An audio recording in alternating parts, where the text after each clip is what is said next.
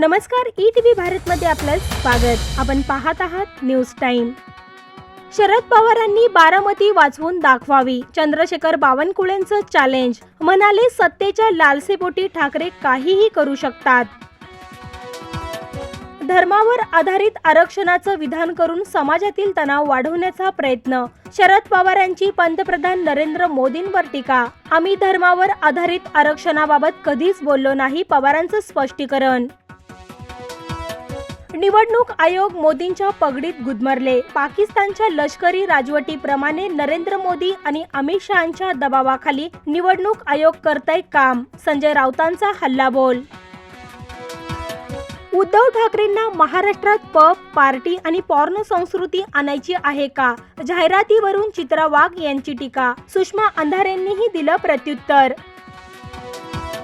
उज्ज्वल निकम यांनी घेतली राज ठाकरेंची भेट। आशिष शेलार देखील होते उपस्थित। निकम यांच्या प्रचारासाठी राज ठाकरे सभा घेण्याची शक्यता। पंतप्रधान नरेंद्र मोदींची काँग्रेसवर जोरदार टीका। 3 आव्हानं देत राहुल गांधींनाही डिवचलं। संविधान, आरक्षण आणि मतांच्या राजकारणावरून काँग्रेसला धरलं धारेवर। पुणे पोलिसांकडून रेकॉर्डवरील गुन्हेगारांची परेड। निवडणुकीच्या काळात अनुचित प्रकार घडू नये यासाठी प्रशासनाकडून घेण्यात येते खबरदारी। तब्बल 1000 गुन्हेगारांना दिली तंबी। ठाण्यातील बारवी नदीत 3 मित्रांचा बुडून मृत्यू। दोघांना वाचवायला गेला आणि तिसराही बुडाला। नदीतील पाण्याचा अंदाज न आल्याने अपघात। दिल्ली महिला आयोगाच्या 223 महिला कर्मचाऱ्यांना तडकाफडकी केलं निलंबित। दिल्लीचे नायब राज्यपाल व्ही.के. सक्सेना यांनी काढले निलंबनाचे आदेश। नियुक्ती प्रक्रियेत अनियमितता असल्याचं दिलं कारण।